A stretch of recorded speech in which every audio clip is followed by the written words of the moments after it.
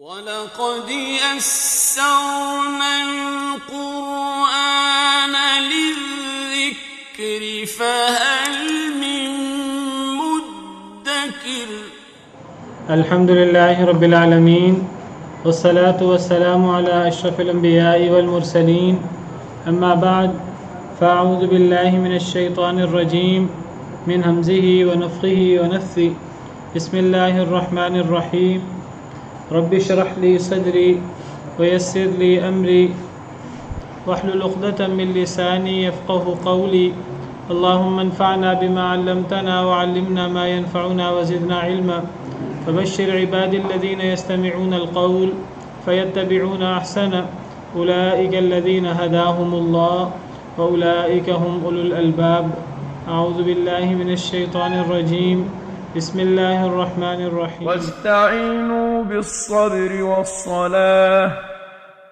وإنها لكبيرة إلا على الخاشعين الذين يظنون أنهم ملاقو ربهم وأنهم إليه راجعون يا بني إسرائيل اذكروا نعمتي التي أنعمت عليكم وأني فضلتكم على العالمين واتقوا يوما لا تجزي نفس عن نفس شيئا ولا يقبل منها شفاعة ولا يؤخذ منها عدل ولا هم ينصرون وإذ نجيناكم من آل فرعون يسومونكم سوء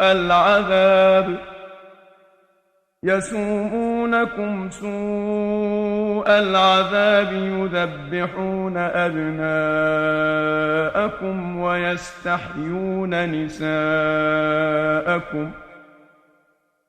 وفي ذلكم بلاء من ربكم عظيم وإذ فرقنا بكم البحر فأنجيناكم وأغرقنا آل فرعون وأنتم تنظرون أعوذ بالله من الشيطان الرجيم بسم الله الرحمن الرحيم واستعینوا بالصبر والصلاة اور مدد طلب کرو صبر کے ساتھ والصلاة اور نماز کے ساتھ، یعنی اللہ رب العالمین سے مدد مانگو صبر کر کے۔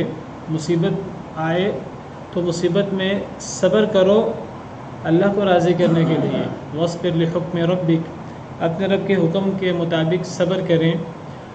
والصلاة اور نماز پڑھ کے اللہ سے مدد طلب کرو۔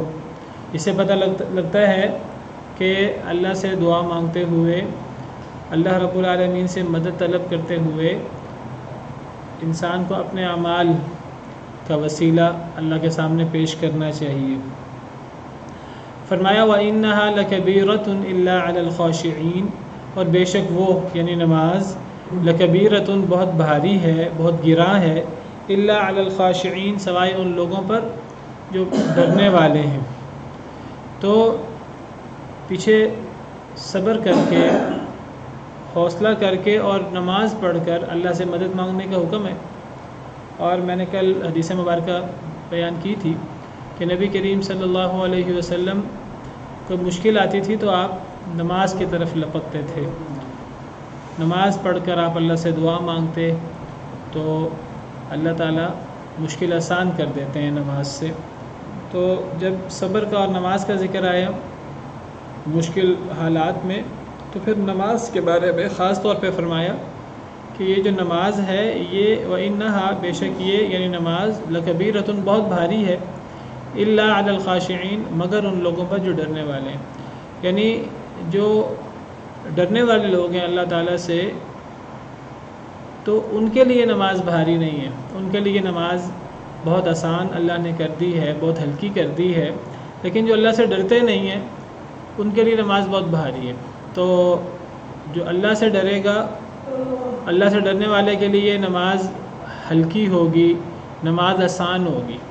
اس کی وجہ یہ ہے کہ جو شخص جتنا نیک عمل کرتا ہے اللہ تعالیٰ اس کے لیے نیکی کرنا آسان کر دیتے ہیں، اور جو شخص جتنا نیک عمل سے دور بھاگتا ہے، جتنا برائی کی طرف مائل ہوتا ہے، تو اللہ تعالیٰ اس کو برائی کی طرف لگا دیتے ہیں۔ اس پر 3-4 دن پہلے تفصیل سے بات ہو چکی ہے کہ اللہ ہی گمراہ کرتے ہیں اور اللہ ہی ہدایت دیتے ہیں۔ تو اس گمراہی اور اس ہدایت سے کیا مراد ہے؟ تو جب اللہ تعالیٰ نے طے کر دیا ہے، لکھ دیا ہے پہلے ہی فلاں شخص کا جنت میں فلاں ٹھکانہ ہے، فلاں شخص کا جہنم میں فلاں ٹھکانہ ہے، جب نبی کریم صلی اللہ علیہ وسلم نے صحابہ کرام کو ایک جنازے کے بعد آپ نے صحابہ کرام سے فرمایا کہ تم میں سے ہر شخص کا ٹھکانہ جنت میں یا جہنم میں وہ طے ہے، تو صحابہ کرام عرض کرنے لگے کہ پھر ہمیں عمل کرنے کی کیا ضرورت ہے؟ پھر ہمیں جو اللہ نے لکھ دیا ہے اسی پر ہی توکل کر کے ہمیں بیٹھ کے انتظار کرنا چاہیے۔ تو نبی صلی اللہ علیہ وسلم نے فرمایا نہیں، اعملوا، تم عمل کرو، فکل میسر لما خلق له، ہر شخص کو وہ جس کے لیے پیدا کیا گیا، جنت کے لیے یا جہنم کے لیے، اس کے لیے وہ کام آسان کر دیا جاتا ہے۔ تو تمہیں عمل کرنا چاہیے۔ اگر اللہ تعالیٰ تمہارے لیے نیکی آسان کر دیں گے یا تمہارے لیے اللہ تعالیٰ برائی آسان کر دیں گے۔ کس کے لیے نیکی آسان ہوتی ہے، کس کے لیے برائی آسان ہوتی ہے؟ جو نیکی کرنے کی کوشش کرتا ہے، جو نیکی کا رستہ چنتا ہے، اللہ نے اختیار دیا ہے، جو اس اختیار کا صحیح استعمال کرتا ہے اور نیکی کا رستہ چنتا ہے اور صدقہ خیرات کرتا ہے اور اللہ اور اللہ کے رسول کے احکامات کی تصدیق کرتا ہے اور ان پر عمل کرنے کی کوشش کرتا ہے، تو اللہ رب العالمین ایسے شخص کے لیے نیکی کرنا آسان کر دیتے ہیں۔ اور جو شخص بخل کرتا ہے اور اللہ اور اللہ کے رسول کی تکذیب کرتا ہے، قرآن و حدیث پر عمل نہیں کرتا، اس اللہ کے دیے ہوئے اختیار کا غلط استعمال کرتا ہے، تو ایسے شخص کے لیے برائی آسان ہو جاتی ہے، برا رستہ آسان ہو جاتا ہے۔ اعملوا فکل میسر لما خلق له، تم عمل کرو، ہر شخص کو جس کے لیے پیدا کیا گیا ہے اس کے لیے وہ رستہ آسان کر دیا گیا ہے۔ تو اس آیت کریمہ سے بھی یہی بات واضح ہوتی ہے کہ جو اب نیکی کے رستے پر چلتے ہیں اور اللہ سے ڈرتے ہیں، تو ایسے لوگوں کے لیے نماز آسان ہے، ایسے لوگوں کے لیے نماز اللہ نے بہت آسان کر دی ہے۔ ایسے لوگ فرض نماز، سنتیں، اس کے علاوہ نوافل بھی پڑھتے ہیں اور انہیں کوئی بوجھ محسوس نہیں ہوتا۔ اور دوسری طرف اللہ معاف کرے، ایسے لوگ جو مسلمان ہی نہیں ہیں ان کے لیے تو ویسے ہی نماز پڑھنا بہت مشکل کام ہے، اور کئی ایسے لوگ ہیں جو اسلام کا دعویٰ بھی کرنے والے ہیں، قول و فعل میں تضاد ہے، ایمان کی کمزوری ہے، نفاق ہے، اللہ معاف کرے، تو ایسے لوگوں کے لیے نماز بہت مشکل ہے۔ منافق کے لیے عشاء کی نماز، فجر کی نماز بہت مشکل ہے، عصر کی نماز بہت مشکل ہو جاتی ہے، اپنے کاروبار کو چھوڑ کر، اپنی مصروفیات کو چھوڑ کر عصر کی نماز پڑھنا بڑا مشکل ہو جاتا ہے، فرض نماز پڑھنا مشکل ہو جاتا ہے، سنتیں اور نوافل تو بہت دور کی بات ہے، بہت بڑا بوجھ محسوس ہوتا ہے کہ جی روزانہ 5 نمازیں پڑھیں، روزانہ نمازوں کے لیے وقت نکالیں، کتنا مشکل کام ہے۔ تو یہ کس کے لیے مشکل ہے؟ جس کو اللہ کا ڈر نہیں ہے، جس کو آخرت کا خوف نہیں ہے۔ تو جو جتنا اللہ پر ایمان رکھتا ہے، نبی کریم صلی اللہ علیہ وسلم کے ساتھ محبت کرتا ہے، آپ کی اتباع کرنے کی کوشش کرتا ہے، نیکی کرنے کی کوشش کرتا ہے، اللہ سے ڈرتا ہے، تو اس کے لیے نماز جو ایک سب سے زیادہ کرنے والا عمل ہے اسلام کے اندر، تو وہ نماز ایسا عمل بھی آسان ہو جاتا ہے، باقی عبادتیں بھی آسان ہو جاتی ہیں۔ تو فرمایا کہ یہ نماز بہت گراں ہے، بہت بھاری ہے، مگر ڈرنے والوں پر، جو اللہ سے ڈرتے ہیں ان کے لیے بھاری نہیں ہے، باقی لوگوں کے لیے بھاری ہے۔ کون ہے ڈرنے والے؟ جن کے لیے نماز بہت ہلکی ہے، جن کے لیے اللہ نے نیکی کرنا آسان کر دیا ہے۔ الذین یظنون انہم ملاقو ربہم، وہ لوگ جو یقین رکھتے ہیں کہ بے شک وہ ملاقات کرنے والے ہیں اپنے رب سے۔ یہاں یظنون ظن یقین کے معنی میں، کیونکہ اگر ظن وہ انا یا ان سے پہلے آئے تو پھر یہ یقین کے معنی میں ہوتا ہے۔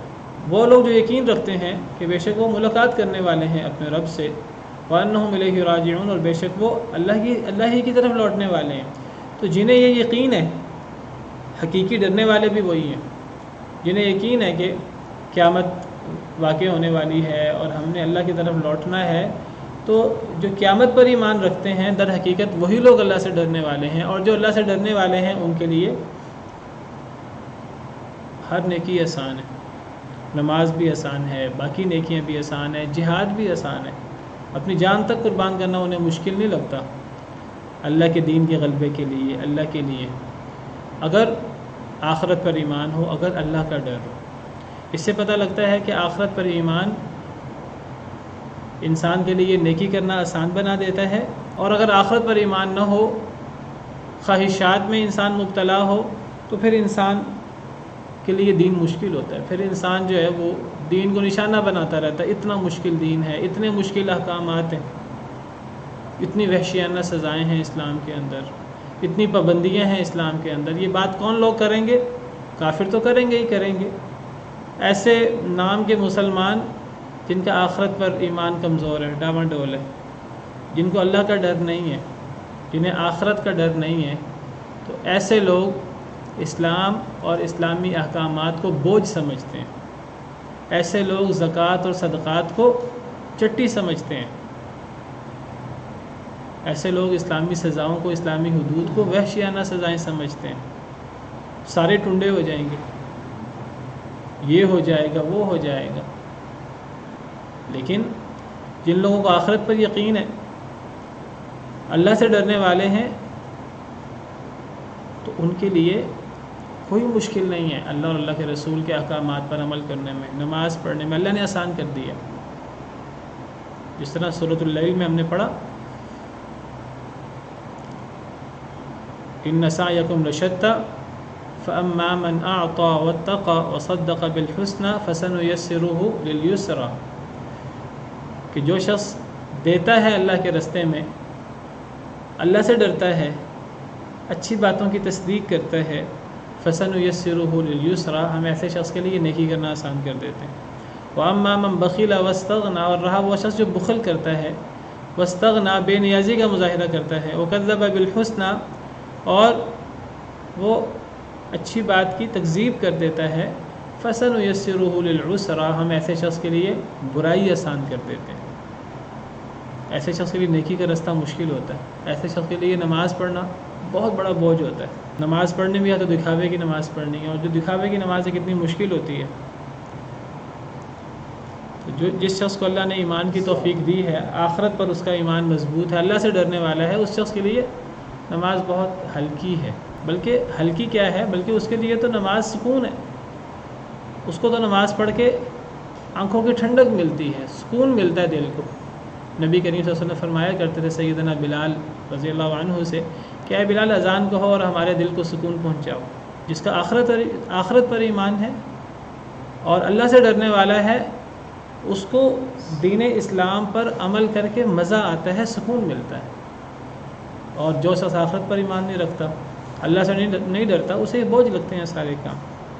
اللہ نے قرآن کریم میں کئی مقامات پر دین کے احکامات بیان کیے ہیں، اور دین کے احکامات بیان کر کے اللہ فرماتے ہیں لا نکلف نفسا الا وسعها، ہم نے طاقت سے بڑھ کر بوجھ نہیں ڈالا دین میں۔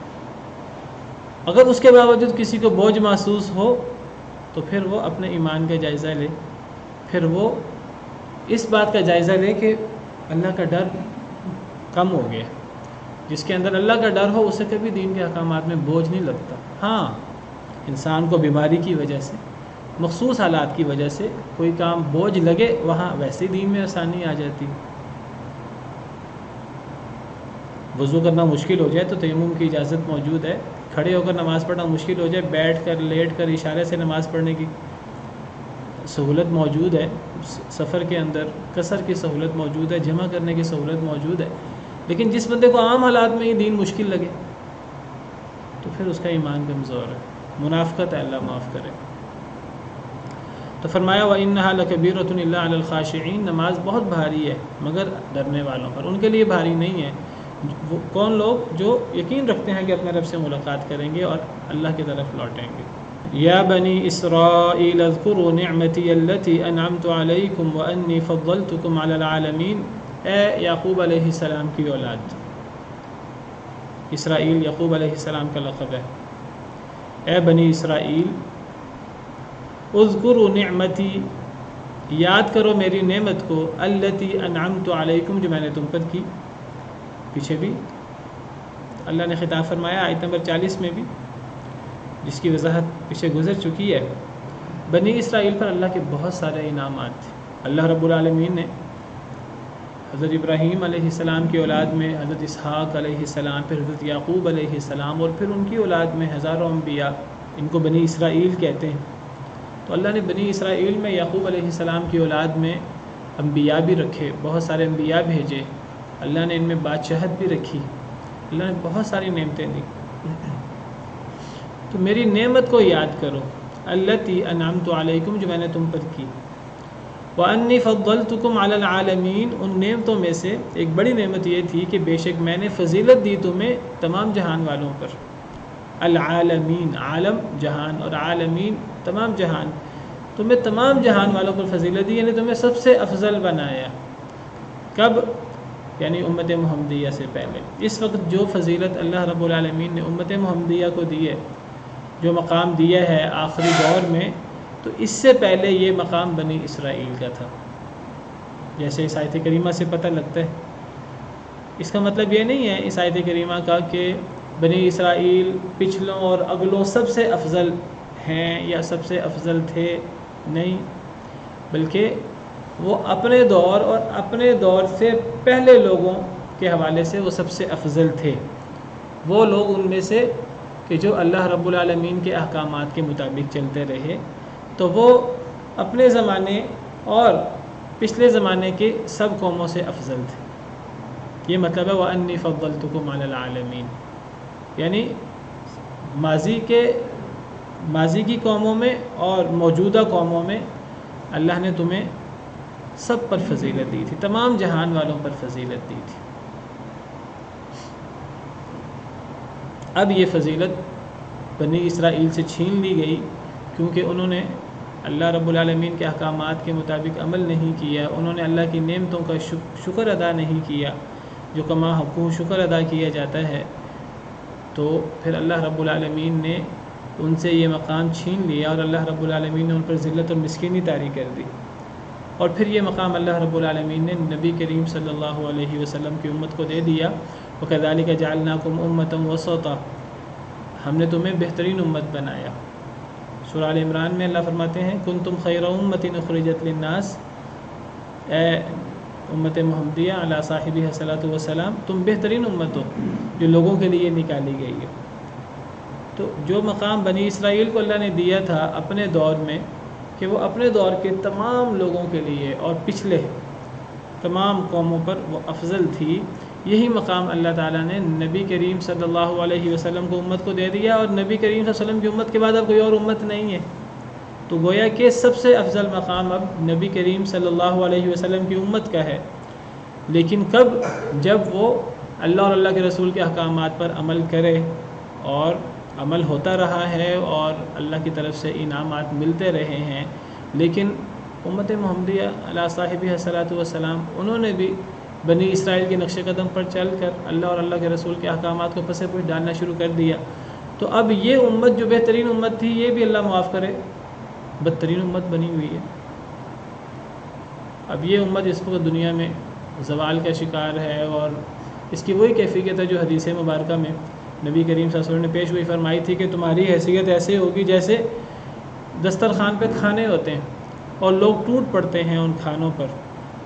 صحابہ کرام نے عرض کیا کہ ہم بہت تھوڑے ہوں گے، فرمایا نہیں، تم بہت زیادہ ہوگے، لیکن تمہاری حیثیت خس و خاشاک کی ہوگی۔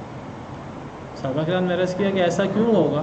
تو آپ نے فرمایا کہ وہی بات جو پیچھے گزری کہ موت پر اور آخرت پر ایمان کمزور ہو جائے گا، موت بری لگنے لگے گی، آخرت بری لگنے لگے گی، دنیا کی محبت غالب آ جائے گی۔ آپ نے فرمایا وہن کی وجہ سے تم لوگ دنیا میں ذلیل ہو کر رہ جاؤ گے، تم بہت زیادہ ہوگے، تمہاری کثرت بہت زیادہ ہوگی لیکن دنیا میں ذلیل ہو کر رہ جاؤ گے، وہن کی وجہ سے۔ صحابہ کرام نے عرض کیا وہن کیا ہے؟ آپ نے فرمایا دنیا کی محبت اور موت کو ناپسند کرنا۔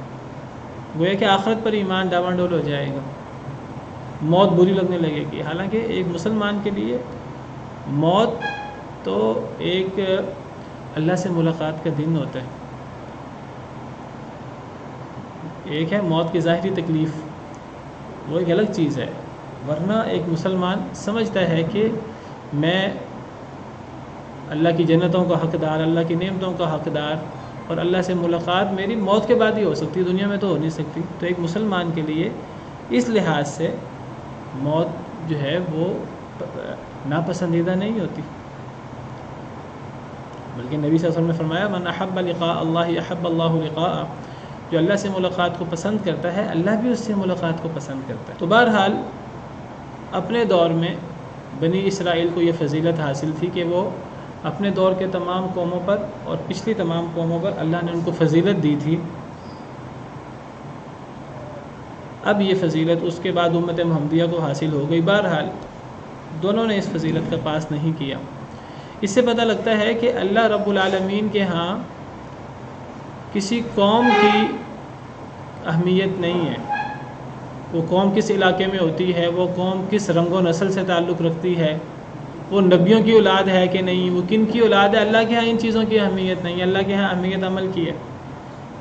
جو عمل کرے گا، شکر ادا کرے گا اللہ کی نعمتوں کا، تو وہ اس کے لیے اللہ کی نعمتیں برقرار رہیں گی، بلکہ اللہ کی نعمتوں میں اضافہ ہوگا۔ لئن شکرتم لأزیدنکم۔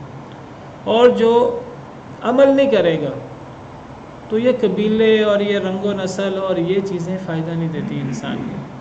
کسی قوم کی کوئی اللہ سے تعلق، کوئی اللہ سے رشتہ داری اس طرح کی نہیں ہے کہ اللہ نے ہر حال میں اس قوم کو بخشنا ہی بخشنا ہے، اللہ نے اس قوم پر رحمت کرنی ہی کرنی ہے، ایسی کوئی بات نہیں ہے۔ اللہ تعالیٰ کو ہماری کنبے قبیلے، ہمارے خاندان، ہمارے رنگ و نسل ان کی پرواہ نہیں ہے۔ اللہ تعالیٰ تو ہمارے دل، ہمارے اعمال دیکھتے ہیں۔ اللہ ہمارے ظاہری رنگ نہیں دیکھتے۔ تو اللہ رب العالمین نے بنی اسرائیل کو مقام دیا، جب انہوں نے اس مقام کا پاس نہیں کیا اللہ نے انہیں ان پر ذلت مسکینی طاری کر دی۔ پھر اللہ رب العالمین نے اس امت کو مقام دیا، اس امت نے بھی اس مقام کا دھیان نہیں رکھا۔ آپ دیکھیں کس طرح ذلت و مسکنت طاری ہے، والعیاذ باللہ۔ بنی اسرائیل بھی کہا کرتے تھے کہ ہم اللہ کے بیٹے، اللہ کے محبوب ہیں، ہم اللہ کے پیارے ہیں۔ وہ کہا کرتے تھے کہ ہم اللہ کے اتنے پیارے ہیں کہ آخرت میں اگر ہمیں سزا بھی ملی تو ہمیں چند دن کی سزا ملے گی۔ وقالوا لن تمسنا النار الا ایاما معدودات۔ یہی عقیدہ آج امت محمدیہ علیہ صاحب صلاۃ والسلام نے اپنایا ہوا۔ یہ کہتے ہیں ہم نبی کریم صلی اللہ علیہ وسلم کی امت میں سے ہیں، تو ہمیں گناہ کیسے، ہمیں عذاب کیسے ہو سکتا ہے؟ ہم تو نبی کی امت میں سے ہیں۔ اب نبی صلی اللہ علیہ وسلم کی امت کو چھوڑ کر اب لوگوں نے اپنے اپنے پیر بنائے ہوئے ہیں۔ وہ کہتے ہیں ہم تو فلاں پیر کی مرید ہیں تو وہ پیر ہمیں عذاب سے بچا لیں گے، نبی کریم صلی اللہ علیہ وسلم کی سفارش ہمیں عذاب سے بچا لے گی۔ یہ بات یاد رکھیے، جب اللہ رب العالمین ناراض ہوتے ہیں تو کسی کو کسی کی سفارش نہیں بچا سکتی، کسی کو کسی کا واسطہ اور کسی کو کسی کی سفارش نہیں بچا سکتی۔ اگر نبی کریم صلی اللہ علیہ وسلم کی سفارش بچا سکے اللہ کی ناراضگی کے باوجود، تو پھر حضرت ابراہیم کے والد کو حضرت ابراہیم کی سفارش بچا لیتی، پھر حضرت نوح کے بیٹے کو حضرت نوح کا بیٹا ہونا بچا لیتا۔ اگر کسی کو کسی کا تعلق، چاہے وہ کسی نبی کا تعلق ہی کیوں نہ ہو، اگر ہم نبی صلی اللہ علیہ وسلم کی امت میں سے ہیں اور نبی صلی اللہ علیہ وسلم کی امت کو اس لیے عذاب نہیں ہو سکتا کہ وہ نبی محمد صلی اللہ علیہ وسلم کی امت میں سے ہے، تو حضرت ابراہیم کے باپ کو کیوں عذاب ہوگا؟ پھر حضرت نوح علیہ السلام کے بیٹے کو بھی عذاب نہیں ہونا چاہیے۔ پھر سارے ہی حضرت آدم علیہ السلام کی اولاد ہیں۔ حضرت آدم علیہ السلام کو اللہ رب العالمین نے اپنے مبارک ہاتھوں سے بنایا، بڑا مقام ہے حضرت آدم علیہ السلام کا، اللہ نے فرشتوں سے سجدہ کروایا۔ پھر نبی کریم صلی اللہ علیہ وسلم نے کیوں کہا تھا حضرت فاطمہ سے، اپنے رشتہ داروں سے، حضرت صفیہ سے کہ اپنے آپ کو اللہ کے عذاب سے بچا لو، میں تمہیں اللہ کے عذاب سے نہیں بچا سکتا، تمہیں اپنے آپ کو اللہ کے عذاب سے خود بچانا ہوگا، اسلام قبول کر کے، اللہ کو راضی کر کے۔ تو یہودیوں کی طرح، عیسائیوں کی طرح آج امت محمدیہ بھی سمجھتی ہے کہ نبی صلی اللہ علیہ وسلم کی سفارش ہمیں بچا لے گی۔ یہ بات یاد رکھیے کہ سفارش صرف اس شخص کے کام آئے گی جس شخص کے بارے میں اللہ سفارش کرنے کا حکم دیں گے۔ اگر اللہ ہی سفارش کرنے کا حکم نہ دیں، اللہ ہی سفارش کی اجازت نہ دیں، تو اس شخص کے بارے میں کسی کی سفارش کام نہیں آئے گی۔ ابو لہب کو کس کی سفارش فائدہ دے گی؟ کسی کی سفارش فائدہ نہیں دے گی۔ ابو طالب کو کس کی سفارش فائدہ دے گی؟ کسی کی سفارش فائدہ نہیں دے گی۔ من ذا الذی یشفع عندہ الا باذنہ، کون ہے جو سفارش کر سکے اللہ کے نزدیک؟ ہاں مگر اللہ کی اجازت سے۔ اگر اللہ ناراض ہوں تو کسی کی سفارش فائدہ نہیں دے گی۔ 23ویں پارے کے شروع میں اصحاب القریہ کے قصے میں وہ جو شخص دوڑتا ہوا آیا تھا، تو اس شخص نے یہی حقیقت واضح کی تھی، وَمَا لِيَ لَا أَعْبُدُ الَّذِي فَطَرَنِي وَإِلَيْهِ تُرْجَعُونَ، مجھے کیا ہو گیا ہے کہ میں اس کی عبادت کیوں نہ کروں جس نے مجھے پیدا کیا ہے، مجھے اس کی طرف لوٹ کر جانا ہے۔ أَتَّخِذُ مِن دُونِهِ آلِهَةً، کیا میں اللہ کے علاوہ ایسے معبود بنا لوں، إِن يُرِدْنِ الرَّحْمَنُ بِضُرٍّ، اگر اللہ مجھے نقصان پہنچانے کا ارادہ کریں، اگر اللہ مجھے سزا دینے کا ارادہ کریں، لا تغنی عنی شفاعتهم شیئا، مجھے ان کی سفارش کچھ بھی فائدہ نہیں دے گی، ولا ينقذون، اور وہ مجھے اللہ کے عذاب سے نہیں بچا سکیں گے۔ اگر اللہ کسی سے ناراض ہو جائے تو کسی کو دنیا کی کوئی چیز فائدہ نہیں پہنچا سکتی، چاہے وہ کسی نبی کا باپ کیوں نہ ہو، چاہے وہ کسی نبی کا بیٹا کیوں نہ ہو۔ نبی کی امت سے ہونا تو بہت دور کی بات ہے۔ تو وہی عقیدہ جو یہود کے ہاں تھا، ہم اللہ کے بیٹے، اللہ کے محبوب ہیں، اگر ہم جہنم میں گئے بھی تو چند دن کے لیے سفارش ہو جائے گی۔ ایمان کے بغیر، توحید کے بغیر جنت میں جا ہی نہیں سکتا انسان۔ انہ من یشرک باللہ فقد حرم اللہ علیہ الجنہ، اور اگر ایمان اور توحید ہے لیکن گناہ موجود ہیں تو کتنے آرام سے ہم کہہ دیتے ہیں کہ جی آخر کار تو جنت میں ہی جانا ہے۔ جہنم میں اگر کچھ دیر جانا بھی پڑا تو جنت میں آخر کار چلے جائیں گے۔ ہمیں نہیں اندازہ کہ جہنم کتنی سخت ہے، کیا جہنم میں ایک پل بھی رہنا ممکن ہے ایک انسان کے لیے؟ فما اصبرهم علی النار، ان کا کتنا صبر ہے آگ پر۔ یہودیوں کو یہ کہنا کہ اگر ہم جہنم میں گئے بھی تو چند دن، پھر قیامت کے دن 50-50 ہزار سال کے، اللہ معاف کرے، وہاں چند لمحے ہمارے لیے گزارنا اللہ کے عذاب میں وہ کتنے مشکل ہوں گے۔ تو یہ کہنا کہ تو یہ شیطان کے وسوسے ہیں، شیطان کے دھوکے ہیں، جن میں پہلے اس نے یہود کو مبتلا کیا، یہود و نصارہ کو، اب امت محمدیہ اس میں مبتلا ہے۔ تو اللہ رب العالمین نے مقام دیا ہے، فضیلت دی ہے، وہ مقام اور فضیلت صرف تب ہی برقرار رہے گی، یہود کے قصے سے پتہ لگتا ہے، بنی اسرائیل سے پتہ لگتا ہے، جب انسان اللہ اور اللہ کے رسول کے ساتھ تعلق مضبوط رکھے اور اللہ اور اللہ کے رسول کے احکامات کے مطابق زندگی گزارے، بدعات سے، خرافات سے اپنے آپ کو بچائے۔ فرمایا واتقوا یوما لا تجزی نفس عن نفس شیئا، اس دن سے ڈر جاؤ، لا تجزی نفس عن نفس شیئا، نہیں فائدہ دے سکے گا کوئی نفس کسی نفس سے کچھ بھی۔ کتنی واضح آیت، کوئی نفس کسی نفس کو کوئی فائدہ نہیں دے سکے گا اگر اللہ ناراض ہو۔ ولا يقبل منها شفاعت، کسی نفس کے بارے میں کوئی سفارش قبول نہیں کی جائے گی۔ ولا يؤخذ منها عدل، اور نہیں لیا جائے گا کسی نفس سے کوئی بدلہ۔ وہ گناہ گار ہے، اللہ کا نافرمان ہے، اللہ ناراض ہیں، اب بدلے میں کوئی چیز قبول نہیں کی جائے گی۔ دنیا میں کسی کے پاس کتنا ہی مال کیوں نہ ہو، کتنے ہی اس کے آوان اور انصار مددگار کیوں نہ موجود ہوں، ایک انسان اپنے ماں باپ بچوں کو دے کر، ان کو لے کر مجھے چھوڑ دو، پوری دنیا ایک انسان دے، پوری دنیا کو دے کر بھی انسان اپنے آپ کو چھڑا نہیں سکے گا۔ پوری دنیا سونے کی بھری ہوئی دے کر بھی انسان اپنے آپ کو بچا نہیں سکے گا۔ ولا يؤخذ منها عدل، کسی نفس سے کوئی بدلہ نہیں لیا جائے گا۔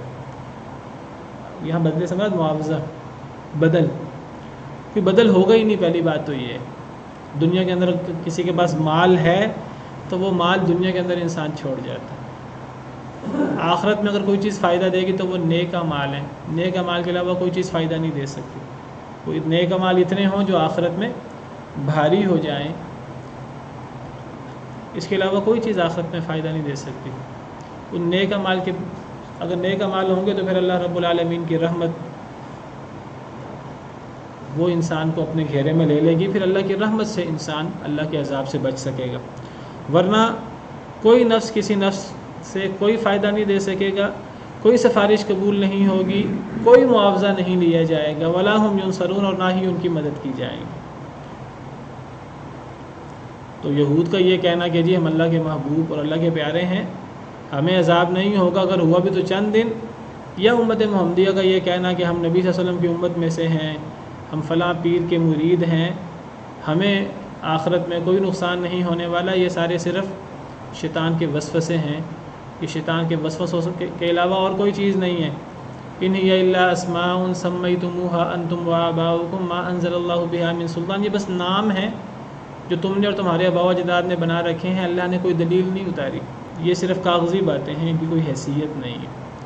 قیامت کے دن اگر کوئی چیز فائدہ دے گی تو وہ انسان کا عمل. وما تقدموا لانفسکم من خیر تجدوه عند اللہ هو خیرا واعظم اجرا. تم کوئی نیک عمل آگے بھیجو تو اسے اللہ کے ہاں تم پاؤ گے، اس کا اجر اللہ کے ہاں ملے گا. ورنہ کوئی چیز قیامت کے دن فائدہ نہیں دے گی. جی آپ کو سوال ہے؟ جی جی. سورہ ملک پڑھنا اور نماز کے بعد دعا مانگنا، اس سے بھی اللہ تعالیٰ کے نبی صلی اللہ علیہ وسلم نے فرمایا کہ میرے کو واجب ہوگی. واجبیت کا کیا چیز؟ شفاعت واجب ہوگی سورہ ملک پڑھنے سے؟ نہیں، نماز کے بعد دعا پڑھنا. دیکھیے نبی کریم صلی اللہ علیہ وسلم کی سفارش ہوگی، سفارش کا انکار نہیں ہے. سفارش نبی کریم صلی اللہ علیہ وسلم کی بھی ہوگی اور دیگر سفارش کرنے والوں کی بھی سفارش ہوگی، فرشتوں کی بھی سفارش ہوگی. لیکن اللہ ناراض ہوں پھر سفارش نہیں ہو سکے گی. اگر اللہ راضی ہوں اور اللہ سفارش کرنے کی اجازت دیں پھر یہ سفارش ہو سکے گی، ورنہ قیامت کے دن سفارش نہیں ہو سکے گی. تو یہ جو ہے نا کہ فلاں عمل کرو تو شفاعت ہوگی، سفارش ہوگی، فلاں عمل انسان کو جنت میں لے جائے گا، یہ اس سے اس عمل کی فضیلت ثابت ہوتی ہے. لیکن وہ جو موانع ہیں، موانع سے بھی اپنے آپ کو بچانا چاہیے. ایک بندہ کہ جی دیکھیں سورہ ملک پڑھنے سے انسان قبر کے عذاب سے محفوظ ہو جاتا ہے. ایک بندہ کہ جی حدیث مبارکہ میں آتا ہے کہ جی آیت الکرسی اگر نماز کے بعد پڑھیں گے تو پھر انسان کو جنت میں جانے سے صرف موت ہی روک سکتی ہے اور کوئی چیز نہیں روک سکتی. بھائی موانع بھی تو دور کرنے ہیں. ایک بندہ شرک کرتا رہے اور شرک کرنے کے ساتھ ساتھ وہ نمازوں کے بعد آیت الکرسی بھی پڑھتا رہے، تو کیا قرآن کی یہ آیت نہیں ہے انہ من یشرک باللہ فقد حرم اللہ علیہ الجنہ؟ جو اللہ کے ساتھ شرک کرتا ہے اللہ نے اس پہ جنت کو حرام کر دی. تو موانع سے بھی تو بچنا ہے، باقی شریعت کو بھی تو مد نظر رکھنا ہے. اب کہنے کو حدیث مبارکہ میں آتا ہے کہ جو بندہ رضیت باللہ ربا وبالاسلام دینا وبمحمد صلی اللہ علیہ وسلم نبیہ 3 دفعہ یہ پڑھے، صبح کو اور 3 دفعہ شام کو پڑھے، تو اللہ تعالیٰ اپنے فضل و کرم سے اپنے اوپر یہ لازم کر دیتے ہیں کہ اللہ تعالیٰ اسے راضی کریں قیامت کے دن. لیکن اللہ اس کو تب راضی کریں گے اگر کوئی بندہ یہ عمل کرتا ہے جب موانع سے وہ دور ہو، جب وہ اپنے آپ کو شرک سے بچائے، جب وہ اپنے آپ کو کبیرہ گناہوں سے بچائے، جب وہ اپنے آپ کو بڑے بڑے گناہوں سے اور ہلاک کرنے والے گناہوں سے بچائے. تو تمام جو دلائل ہیں اور تمام آیات احادیث ان کو سامنے رکھ کر انسان کو جو ہے وہ فیصلہ کرنا چاہیے. اگر دیکھیے صحابہ کرام رضوان اللہ علیہم اجمعین، کتنے صحابہ کرام کو جنت کی بشارت ملی. کیا وہ مطمئن ہو کہ گھر میں بیٹھ کے اب ہمیں کسی عمل کی ضرورت نہیں؟ حضرت عشرہ مبشرہ کو جنت کی بشارت ملی، لیکن آپ دیکھیں کہ پوری زندگی وہ آگے سے آگے بڑھنے کی کوشش کرتے رہے. اصحاب بدر کو جنت کی بشارت ملی، اعملوا ما شئتم قد غفرت لکم، تم نے جو کرنا ہے کر لو، میں نے تمہیں معاف کر دیا. لیکن ان کا کردار، ان کا رویہ ہمارے سامنے ہے. ہم تب ہی اللہ کی رحمتوں کے حقدار ہو سکتے ہیں، اللہ کے قریب ہو سکتے ہیں جب ہم نبی کریم صلی اللہ علیہ وسلم کی پیروی کریں، صحابہ کرام کے نقش قدم پر چلیں۔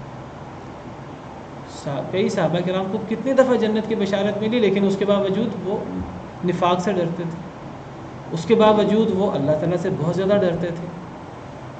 یہ تو شیطان کا وسوسہ ہوگا کہ اگر ہم بعض اعمال کر لیں اور پھر ہم ان اعمال کے غرور میں مبتلا ہو جائیں کہ جی ہم تو نماز پڑھتے ہیں، ہمارے تو قیامت کے دن اعضاء چمکتے ہوں گے اور ہم قیامت کے دن سب سے پہلے نماز کا حساب ہوگا، ہم تو نماز کے حساب سے کامیاب ہو جائیں گے، ہمیں کیا پتہ ہماری نماز قبول بھی ہوتی کہ نہیں ہوتی۔ ہم نماز کے بعد آیت کرسی پڑھتے ہیں، ہمیں کیا پتہ ہمارا یہ عمل قبول بھی ہوتا ہے کہ نہیں ہوتا۔ ایک بندہ نماز پڑھتا ہے، اس کی نماز کسی کی آدھی نماز قبول ہوتی ہے، کسی کی تہائی حصہ نماز قبول ہوتی ہے، کسی کی چوتھائی حصہ نماز قبول ہوتی ہے، کسی کے 5واں، کسی کے 6واں، کسی کے 10واں حصہ نماز قبول ہوتی ہے، کسی کی نماز اس کے منہ پہ مار دی جاتی ہے۔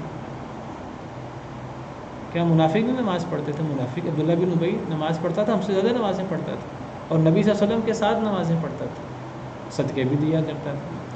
تو یہ شیطانی وسوسے ہیں کہ اگر ہم اپنے عمل کے غرے میں اور اپنے عمل کے غرور میں مبتلا ہو جائیں، ہمیں نبی صلی اللہ علیہ وسلم کی جو تعلیمات ہیں قرآن کریم کی، نبی صلی اللہ علیہ وسلم کی، صحابہ کرام کی، وہ یہ ہے کہ انسان نیک عمل کرتا رہے اور اللہ سے ڈرتا رہے۔ کہ یہ جو ہم نے پیچھے پڑھا ہے کہ وَإِنَّهَا لَكَبِيرَةٌ إِلَّا عَلَى الْخَاشِعِينَ الَّذِينَ يَظُنُّونَ أَنَّهُمْ مُلَاقُو رَبِّهِمْ، ایک انسان ہر وقت ڈرتا رہے کہ میں نے قیامت کے دن اللہ کے حضور پیش ہونا ہے۔ اب یہ صحابہ کرام رضوان اللہ علیہم اجمعین، جن کے بارے میں ہمارا عقیدہ ہے کہ سب جنتی ہیں، ہم تو کہتے ہیں سب جنتی ہیں، وَكُلًّا وَعَدَ اللَّهُ الْحُسْنَى، لیکن صحابہ کرام رضوان اللہ علیہم اجمعین قیامت کو یاد کر کے روتے تھے اور روتے روتے پوری پوری رات گزار دیتے تھے۔ تو یہ ہے نبی صلی اللہ علیہ وسلم کی تربیت، اور یہ ہے صحابہ کرام کا طرز عمل جس پر عمل کر کے نجات ہو سکتی ہے۔ اگر وہ خوف ہی ختم ہو گیا ہمارے اندر اور ہم امیدوں میں مبتلا ہو گئے، تو یہی امیدوں کی تو بات ہو رہی ہے، انہی امیدوں میں یہود مبتلا ہوئے، انہی امیدوں میں امت محمدیہ آج مبتلا ہے۔ عمل ہے کہ نہیں؟ کچھ بغیر عمل کے امیدوں میں مبتلا ہے، کچھ عمل کر کے امیدوں میں مبتلا ہے۔ امید انسان کو اللہ کی رحمت کی امید ہونی چاہیے، لیکن امید کے ساتھ ساتھ خوف بھی تو ہونا چاہیے۔ مجھے آپ بتائیے کہ نبی اللہ سے ڈرتے تھے تو نبیوں کے بعد پھر کون پیچھے رہ جاتا ہے؟ اللہ تعالیٰ نے نبیوں کا ذکر کیا، اور نبیوں کا ذکر کر کے اللہ فرماتے ہیں اولئک یسارعون فی الخیرات ویدعوننا رغبا ورہبا، یہ سب لوگ نیکیوں میں بہت زیادہ جلدی کرتے تھے اور آگے بڑھ چڑھ کر نیکیاں کرتے تھے، اور پھر وہ ہم سے دعائیں کرتے تھے امید رکھتے ہوئے اور ہم سے ڈرتے ہوئے۔ اولئک الذین یدعون یبتغون الی ربہم الوسیلۃ ایہم اقرب ویرجون رحمتہ ویخافون عذابہ، یہاں بھی نبیوں کی بات ہے، نیک ولیوں کی بات ہے۔ اللہ فرماتے ہیں جن لوگوں کو یہ مشرکین پکارتے ہیں، وہ ان لوگوں کو کیوں پکارتے ہیں؟ وہ لوگ خود اللہ کے قریب ہونے کی کوشش کرتے تھے اور وہ اللہ کی رحمت کی امید رکھتے تھے، اللہ کے عذاب سے ڈرتے تھے۔ تو جب نبی اللہ کے عذاب سے ڈرتے ہیں تو پھر جو امتی اللہ کے عذاب سے نہیں ڈرتا، عمل کوئی ہے کہ نہیں، وہ عمل کے بغیر ہی امیدوں میں مبتلا ہے، یا عمل ہیں کوئی ٹوٹے پھوٹے اور وہ امیدوں میں ہے کہ جی میں تو بخشایا ہوں، تو یہ نبی صلی اللہ علیہ وسلم کا طریقہ کار نہیں ہے، یہ انبیاء کرام علیہم السلام کی تعلیمات نہیں ہے، یہ صحابہ کرام کا طرز عمل نہیں ہے، یہ ما انا علیہ و صحابی میں شامل نہیں ہے۔ ٹھیک ہے، یہ جو نصوص ہیں ان نصوص پر ہمارا ایمان ہے۔ نماز پڑھنے والا انشاءاللہ مومن ہوتا ہے، نبی صلی اللہ علیہ وسلم نے فرمایا نماز پڑھنے والے کے بارے میں ایمان کی گواہی دو، اور ایمان انشاءاللہ جنت میں لے کے جائے گا۔ آیت الکرسی پڑھنا بہت فضیلت کی بات ہے، ٹھیک ہے، سورہ ملک پڑھنا بہت فضیلت کی بات ہے، رضیت باللہ ربا وبالاسلام دینا محمد صلی اللہ علیہ وسلم نبیہ پڑھنا بہت فضیلت کی بات ہے، پڑھنا چاہیے، لیکن پڑھنے کے باوجود اللہ سے ڈرنا چاہیے۔ اللہ کا ڈر ہوگا تو ہم دیگر گناہوں سے بچ سکیں گے، ورنہ یہ غرور ہے، اور جو تکبر، جو علم کا اور عبادت کا غرور ہوتا ہے وہ دنیا کے غرور سے زیادہ ہوتا ہے۔ اللہ معاف کرے۔ شیطان کو اگر یہ کہا جائے تو شاید مبالغہ نہ ہو، شیطان کو شیطان کی عبادت کے غرور نے تباہ کر دیا۔ وہ سمجھتا تھا کہ میں بہت نیک ہوں، میں نے اللہ کی بڑی عبادت کی ہے، میں تو اللہ کی عبادت کر کے فرشتوں کے اندر مجھے اللہ نے بلا لیا ہے، تو اب اللہ مجھ سے کیسے ناراض ہوں گے، اور اب میں اللہ کے عذاب کا شکار کیسے ہوں گا۔ بڑی عبادت اس نے کی۔ تو صرف عبادت انسان کو جو ہے وہ اللہ کے عذاب سے نہیں بچا سکتی، انسان کے دل میں اللہ کا ڈر ہونا چاہیے، اور انسان عمل کرے اور عمل کرنے کے باوجود اللہ کا ڈر رکھے، قیامت سے ڈرے، انسان اللہ کے سامنے پیش ہونے سے ڈرے، تو یہ چیزیں انسان کو گناہوں سے بچا کے رکھتی ہے. اور یہ ایمان اور امید اور خوف دونوں انسان کے اندر ہوں تو یہ ہے جس کا ہمیں حکم دیا گیا. وَإِذْ نَجَّيْنَاكُمْ مِنْ آلِ فِرْعَوْنَ يَسُومُونَكُمْ سُوءَ الْعَذَابِ يُذَبِّحُونَ أَبْنَاءَكُمْ وَيَسْتَحْيُونَ نِسَاءَكُمْ. اور جب ہم نے نجات دی تمہیں من آل فرعون، فرعون کی آل سے. بنی اسرائیل کو اللہ تعالیٰ مخاطب کرتے ہوئے فرما رہے ہیں، یہود و نصارہ کو، یہود کو، کہ اس وقت کو یاد کرو جب ہم نے تمہیں نجات دی من آل فرعون، فرعون کی آل سے. آل فرعون سے مراد، ہم عام طور پہ آل سے مراد رشتہ دار لیتے ہیں. آل میں رشتہ دار بھی آتے ہیں اور آل میں صرف رشتہ دار نہیں آتے، رشتہ داروں کے علاوہ کسی کے طور طریقے پر چلنے والے لوگوں کو بھی اس کی آل قرار دے دیا جاتا ہے، کسی کے طور طریقے پر چلنے والے. آل فرعون سے مراد صرف فرعون کے رشتہ دار نہیں ہیں، اس سے مراد فرعون کے طور طریقے پر چلنے والے، فرعون کے لشکری، فرعون کے حمایتی، قبطی لوگ جو تھے، مصری لوگ، وہ سارے مراد ہیں جو فرعون کے طور طریقے پر چلتے تھے. ان کے آگے آ رہا ہے آیت نمبر 50 میں، وَأَغْرَقْنَا آلَ فِرْعَوْنَ، ہم نے آل فرعون کو غرق کر دیا. اور آپ کو پتہ ہے کہ صرف فرعون اور فرعون کے رشتہ داروں کو اللہ نے غرق نہیں کیا تھا، اللہ نے تو فرعون اور فرعون کے سارے لشکریوں کو ختم کر دیا تھا، سب کو سمندر میں غرق کر دیا تھا. تو آل فرعون سے مراد صرف فرعون کے رشتہ دار نہیں، آل سے مراد رشتہ دار بھی ہوتے ہیں، اور رشتہ داروں میں بھی وہ جو کسی کے نقش قدم پر چلیں. اگر فرعون کے رشتہ داروں میں کوئی فرعون کے نقش قدم پر نہ چلتا ہو تو فرعون کی آل سے نکل جائے گا. اسی طرح نیک لوگوں کی آل میں ان کے رشتہ دار بھی شامل ہوتے ہیں اور غیر رشتہ دار بھی، لیکن صرف وہ رشتہ دار اور غیر رشتہ دار شامل ہوتے ہیں جو اس کے نقش قدم پر چلیں. نبی صلی اللہ علیہ وسلم کی آل میں آل ابراہیم، آل محمد، ان میں صرف نبی صلی اللہ علیہ وسلم کے نیک رشتہ دار اور غیر رشتہ دار بھی شامل ہیں جو نبی صلی اللہ علیہ وسلم کے طور طریقے پر چلیں. آل محمد فرمایا وَإِذْ نَجَّيْنَاكُمْ مِنْ آلِ فِرْعَوْنَ، اور جب ہم نے تمہیں نجات دی آل فرعون سے، فرعون کے لشکریوں سے، فرعون کے پیروکاروں سے. یسومونکم سوء العذاب، وہ تمہیں پہنچاتے تھے بہت برا عذاب. فرعون و فرعون کے لشکری، فرعون کے پیروکار، وہ تمہیں بہت برا عذاب دیتے تھے. یذبحون ابناءکم، وہ ذبح کر دیتے تھے تمہارے بیٹوں کو. ویستحیون نساءکم، اور وہ زندہ چھوڑ دیتے تھے تمہاری عورتوں کو. بیٹوں کو ذبح کر دیتے تھے اس لیے کہ یہ جو فرعون تھے مصر کے بادشاہ، ان میں سے کسی نے خواب دیکھا تھا کہ بنی اسرائیل میں سے کوئی لڑکا ہوگا جو مصر پر فرعونیوں کی حکومت کو ختم کرے گا. تو انہوں نے اس سے بچنے کے لیے کہ بنی اسرائیل میں سے کوئی لڑکا جو ہے وہ ہماری حکومت کو ختم کرے، انہوں نے بنی اسرائیل کے لڑکوں کو قتل کرنا شروع کر دیا. جو بچہ پیدا ہوتا اسے ذبح کر دیتے، اسے قتل کر دیتے. اب کتنی عجیب بات ہے کہ یہ خواب جو کسی فرعون نے دیکھا، کسی قبطی بادشاہ نے دیکھا کہ جی بنی اسرائیل کا ایک لڑکا ہوگا، وہ یہ ہماری حکومت ختم کر دے گا. اگر تو یہ خواب صحیح تھا ہی نہیں تب تو اس کو اس پر عمل کر، تب تو پھر اس کو بنی اسرائیل پہ ظلم کرنے کی ضرورت نہیں تھی. اور اگر یہ خواب اس کے نزدیک صحیح تھا تو پھر اس کا مطلب ہے کہ ایسے ہونا تھا، پھر ایسا ہونا ہی تھا.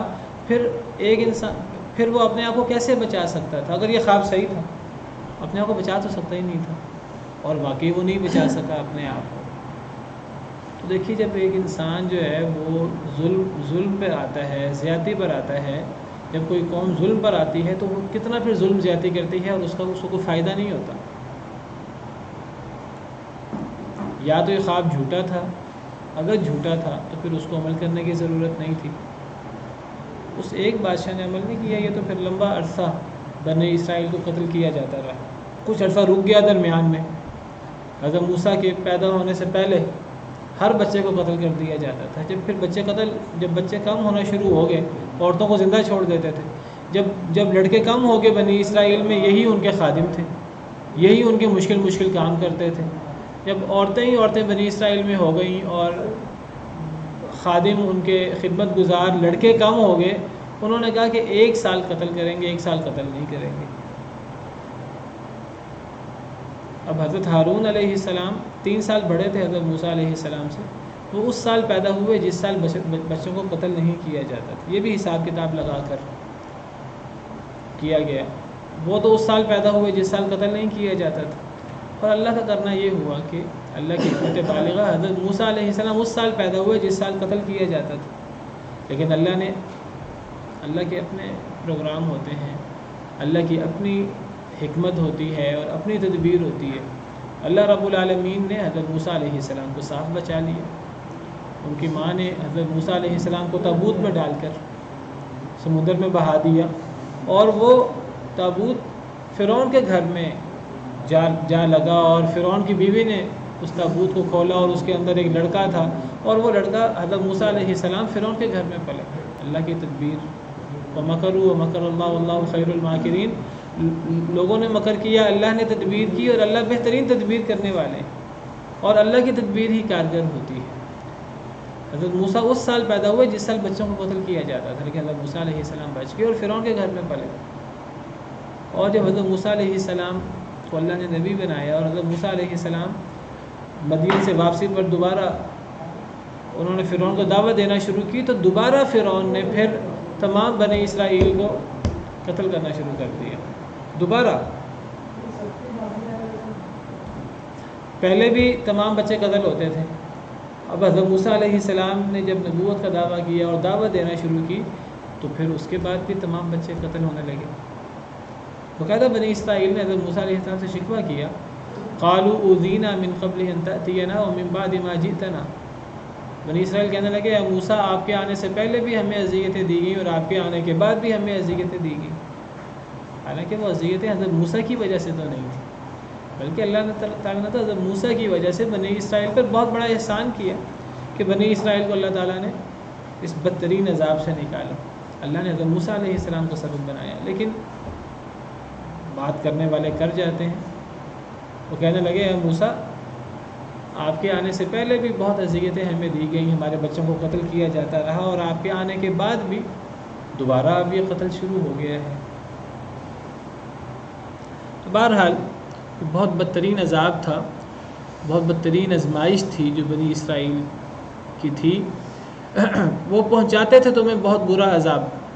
یذبحون ابناءکم، وہ ذبح کر دیتے تھے تمہارے بیٹوں کو، ویستحیون نساءکم، اور زندہ چھوڑ دیتے تھے تمہاری عورتوں کو۔ وفی ذالکم بلاء من ربکم عظیم، اور اس میں بہت بڑی آزمائش تھی تمہارے رب کی طرف سے، بہت بڑی۔ اس میں یہ جو تمہارے بچوں کو ذبح کر دیا جاتا تھا، عورتوں کو زندہ چھوڑ دیا جاتا تھا، یہ دونوں کام ہی بہت بڑی آزمائش تھی، بہت بڑی آزمائش تھی تمہارے لیے۔ اللہ نے تمہیں اس آزمائش سے بچا لیا۔ اللہ کا تم پر کتنا بڑا احسان ہوا، تم نے اس احسان کا کیا شکریہ ادا کیا۔ اللہ تعالیٰ اپنی نعمتیں یاد دلا رہے ہیں۔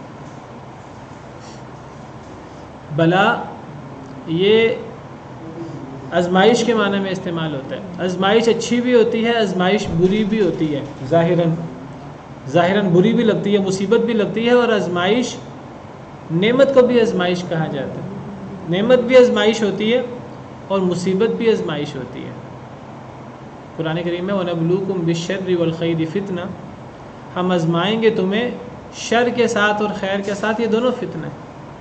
شر کے ساتھ بھی آزمائش ہوتی ہے اور خیر کے ساتھ بھی آزمائش ہوتی ہے، یعنی مصیبت کے ساتھ بھی آزمائش ہوتی ہے اور نعمت کے ساتھ بھی آزمائش ہوتی ہے۔ مصیبت میں آزمائش ہے کہ میرا بندہ صبر کرتا ہے کہ نہیں کرتا، اور نعمت میں آزمائش ہوتی ہے میرا بندہ شکر کرتا ہے کہ نہیں کرتا، دونوں آزمائش۔